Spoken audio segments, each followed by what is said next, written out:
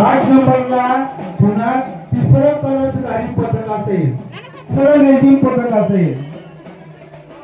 त्याच्यानंतर 10 नंबर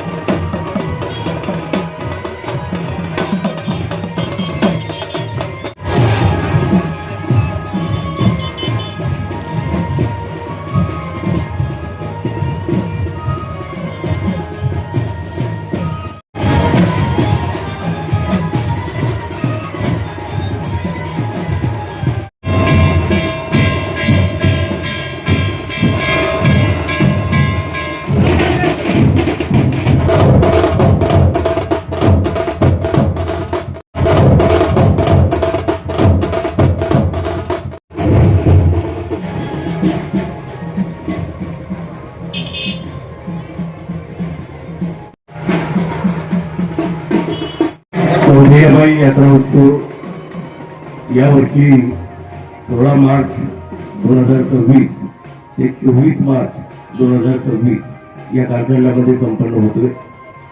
चैत्र महिन्यातला पहिला मंगळवार म्हणजे कवठेमाईची यात्रा. 1992 साली या कवठेमाई मंदिराची स्थापना झाली आणि तदनंतर गेले 35 वर्ष हा यात्रा उत्सव मोठ्या मोठ्या फरकाने उंच अशा स्थितीला आपण पाहतोय. या आजच्या या कालखंडामध्ये या जनतेला नेमकं काय हवंय या सगळ्या गोष्टी देण्याचा प्रयत्न जय बजरंग सेवा गणेश मंडळ, कवठेमाई परिवार आणि त्याला संलग्न असणाऱ्या ज्या काही संस्था आहेत, ग्रामपंचायत उतून असेल, या सगळ्यांच्या माध्यमातून हे उपक्रम या ठिकाणी राबवले जातात. यात्रा उत्सवाच्या निमित्ताने आज सकाळपासून मिरवणुकीचं आयोजन आणि नियोजन करण्यात आलेलं आहे. त्याचप्रमाणे सकाळी 8 वाजता देवीची आरती, सोळी पातळ, अभिषेक असे कार्यक्रम संपन्न झाल्यानंतर मिरवणुकीची जी तयारी आहे, या मिरवणुकीमध्ये अनेक पथक सहभागी आहेत. झेंडा पथक आहेत, लेझिम पथक आहेत, ढोल पथक आहे, बँड आहे, त्याचप्रमाणे रांगोळी काढणारे काही कलाकार अगदी सुरुवातीला त्या ठिकाणी उपस्थित आहेत. यानंतर ही मिरवणूक 12 वाजेपर्यंत या ठिकाणी येईल. त्यानंतर मांडव डहाळ्यांचे सत्कार होतील, त्याचे क्रमांक काढले जातील. यानंतर 12 ते 5 भजन महोत्सव होईल. या भजनांचा कार्यक्रम या ठिकाणी संपन्न होईल. 5 नंतर पुन्हा सत्काराचं आयोजन नियोजन होईल आणि दर्शन रांगेतून काही भाविक बंधू भगिनींना या ठिकाणी सत्काराच्या स्वरूपामध्ये सन्मान दिला जाईल. त्यानंतर शेरण्या वाटप होईल आणि शोभेचं दारूकाम जे आहे ते शोभेचं दारूकाम सायंकाळी 7 ते 8 या दरम्यान होईल. त्यानंतर महाराष्ट्रातील एक ख्यातनाम लोकनाट्य जे आहे मंगलाताई बनसोडे यांचा सुंदर असा लोकनाट्याचा कार्यक्रम संपन्न होईल. दिवसभरामध्ये ओतूर पंचक्रोशीतून, जुन्नर तालुक्यातून अनेकविध भाविक बंधू भगिनी नवसाला पावणारी आई म्हणून कवठेमाईची ख्याती आहे. अशा या कवठेमाईचा हा आजचा यात्रोत्सव मोठ्या आनंदाच्या वातावरणामध्ये संपन्न होत आहे.